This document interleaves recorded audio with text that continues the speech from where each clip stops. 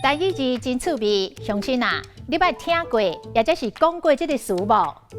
言言未晓见，较早做囡仔，不时嘛听着讲着，像讲水鸡活跳跳，风喊一个言言未晓见，啊，搁像讲草莓啊蚱蜢咧人家讲，草莓啊恰恰着，甲鸡讲人家皮扑跳。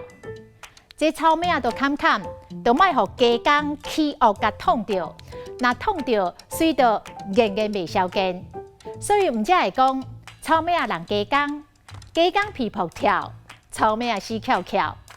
啊，言言未晓见的言言，就是破白破白，吟句吟句，人神神。未晓见的见，就是飞禽鸟类的沙囊。就是两只脚的精细，像鸡啊、鸟啊因的胃，所以鸡根就是鸡的胃。言言未晓见就是病恹恹、死气沉沉，没有朝气活力。教育部的台语教典有修一个词，甲言言未晓见的意思真相共，就是死言言，要死不活。伊足久无头路啊，规个人看到死言言。死言言要一个意思，就是翘起、死翘翘，这是属于较粗俗的讲法。台语教典的记忆来讲，伊唔听爸母的苦劝，走去甲人驾车写一个死言言。